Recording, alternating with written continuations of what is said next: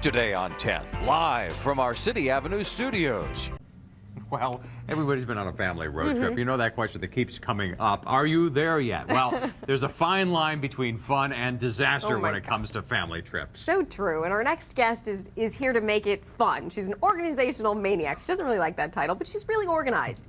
She moved 10 times in less than 13 years, so she knows a lot about having to be organized. On the road. Well, thank you so much for being Alicia here. Rockmore, good to see you again. Yes, it's good to see you. So what Let's is talk the about road secret trips. to a good road trip? Where do you have to start? You know what? The first thing, it's like a good Boy Scout, be prepared. Gotcha. There's two basic things. The first one is you got to know where you're going before you get there. Right. And a lot of cars these days have GPS systems, but if they don't, take the 10 or 15 minutes, go on to either MapQuest or Yahoo Maps, mark your trip, chart your trip. Which seems kind of basic, but you'd probably be surprised at the people who don't do that. Especially men. Yeah, if you don't have a computer at home, you can go to the library and do this. And it's best to visit 2 or 3 sites because they might give you different directions. Slightly different directions. Exactly. Or you can put in some different options in terms of different freeways in case you anticipate any kind of detours.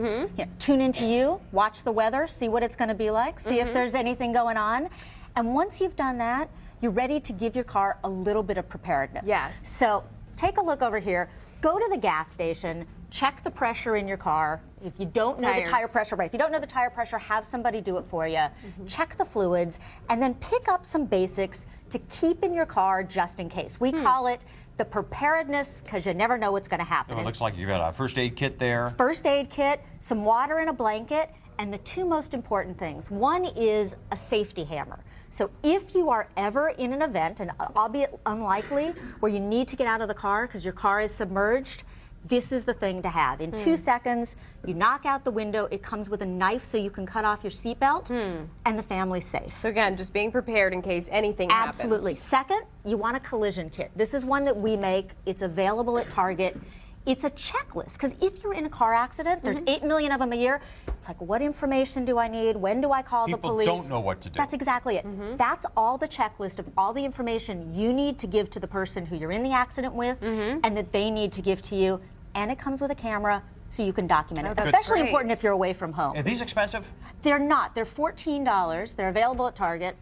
And it's, it's a just in case. How about the hammer? The hammer, they run somewhere between $7 and $8. Again, available at Target. Okay. They're all different kinds. Now, worth having. The thing that parents are looking forward to is your advice when it comes to keeping kids entertained. Absolutely. And it's funny, these days with so many cars having DVD players or bringing along the portable DVD players, it seems to be the default. And what I like to say is you're going on a family vacation to spend time with your kids. Exactly. So start with the basics. Make sure they're fed. Bring along some snacks, including junk, wipes, and a garbage bag so you can keep the car clean. You always need wipes. And then go back to when you were a kid. I mean, the games that we used to play, the ABC games. So, you drive along, see if you can find things, a little bit of learning.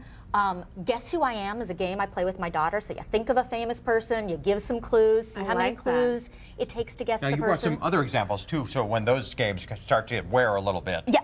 Absolutely. There's books that they make specifically for road travel, including kids' maps, so the kids can actually follow along with you.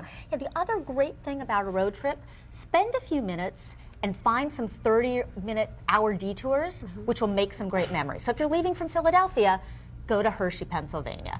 Go visit Amish country and get some pretzels. So things that you can teach your kids, but also are just fun along the way. It breaks up the trip. It may take you 2 or 3 more hours to get there, but you know what?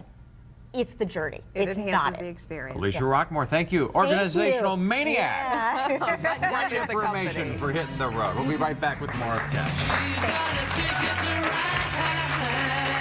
She's got a ticket to ride. She don't care.